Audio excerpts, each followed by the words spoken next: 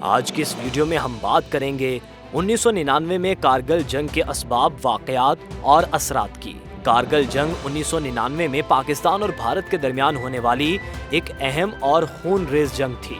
یہ جنگ کارگل کے علاقے میں لڑی گئی، جو کہ جموں کشمیر کے شمالی حصے میں واقع ہے۔ یہ جنگ نہ صرف دونوں ممالک کی عسکری طاقت کا امتحان تھی، بلکہ اس نے جنوبی ایشیا کی سیاسی اور سفارتی صورتحال پر بھی گہرے اثرات مرتب کیے۔ کارگل جنگ کی جڑیں کشمیر کے تنازع میں پائی جاتی ہیں۔ کشمیر کا مسئلہ تقسیم ہند کے وقت سے ہی دونوں ممالک کے درمیان تنازع کی ایک اہم وجہ رہا ہے۔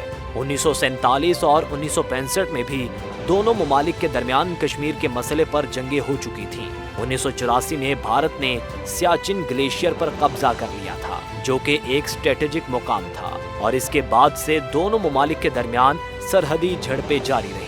کارگل جنگ کے بنیادی اسباب میں پاکستان کی عسکری قیادت کا یہ خیال تھا کہ بھارت کے زیر انتظام کشمیر کے علاقے میں داخل ہو کر بھارت کو سیاچن سے پیچھے ہٹنے پر مجبور کیا جا سکتا ہے۔ پاکستانی فوج نے اسٹریٹجک مقامات پر قبضہ کرنے کی منصوبہ بندی کی اور اس کے تحت مختلف مقامات پر اپنی فوج کو تعینات کیا۔ 1999 کی ابتدا میں پاکستانی فوج نے کارگل کے علاقے میں اپنی پوزیشنیں مضبوط کرنا شروع کی۔ پاکستانی فوج کے جوانوں نے بھارتی فوج کے زیر قبضہ علاقوں میں داخل ہو کر اسٹریٹجک مقامات پر قبضہ کر لیا۔ یہ عمل خفیہ رکھا گیا اور بھارت کو اس کا علم اس وقت ہوا جب موسم بہار میں برف پگھلنے لگی اور بھارتی فوجیوں کو پاکستانی فوج کی موجودگی کا پتہ چلا۔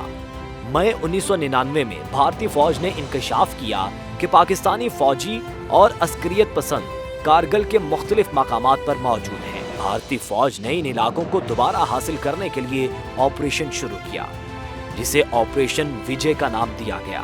دونوں ممالک کے درمیان شدید لڑائی شروع ہوئی اور کئی ماہ تک جاری رہی۔ دونوں ممالک نے اپنے فضائی اور زمینی فوجیوں کو میدان جنگ میں اتارا اور بھاری توپ خانے کا استعمال کیا۔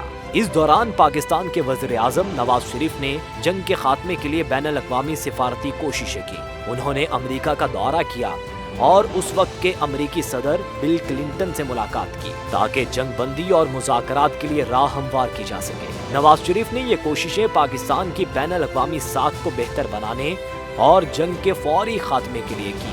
کارگل جنگ کے کئی اثرات مرتب ہوئے جو دونوں ممالک کی داخلی اور خارجی پالیسیوں پر بھی اثر انداز ہوئے۔ کارگل جنگ نے دونوں ممالک کی عسکری صلاحیتوں کا امتحان لیا۔ بھارتی فوج نے اپنے علاقے کو دوبارہ حاصل کرنے کے لیے بڑی تعداد میں فوجی بھیجے اور اسٹریٹجک مقامات پر قبضہ کیا۔ پاکستان کو بھی اپنی فوج کی صلاحیتوں کو بہتر بنانے کی ضرورت محسوس ہوئی۔ کارگل جنگ نے پاکستان کی سیاسی صورتحال پر گہرے اثرات مرتب کیے۔ نواز شریف کی حکومت کو عسکری قیادت سے اختلافات کا سامنا کرنا پڑا اور بالآخر 1999 کے آخر میں ایک فوجی بغاوت کے نتیجے میں انہیں اقتدار سے ہٹا دیا گیا۔ کارگل جنگ کے بعد دونوں ممالک کے درمیان تعلقات مزید کشیدہ ہو گئے۔ بھارت نے پاکستان پر دہشت گردی کی حمایت کا الزام لگایا اور بین الاقوامی سطح پر پاکستان کو تنقید کا نشانہ بنایا گیا۔ تاہم نواز شریف کی سفارتی کوششوں کے نتیجے میں امریکہ نے پاکستان کے موقف کو بھی سنجیدگی سے لیا۔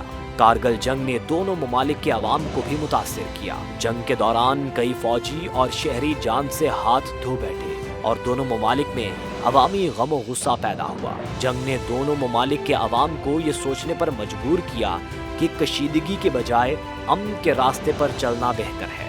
کارگل جنگ 1999 کی ایک اہم ترین جنگ تھی جس نے پاکستان اور بھارت کے تعلقات کو مزید پیچیدہ بنا دیا۔ اس جنگ نے دونوں ممالک کی عسکری، سیاسی، سفارتی اور معاشرتی صورتحال پر گہرے اثرات مرتب کیے۔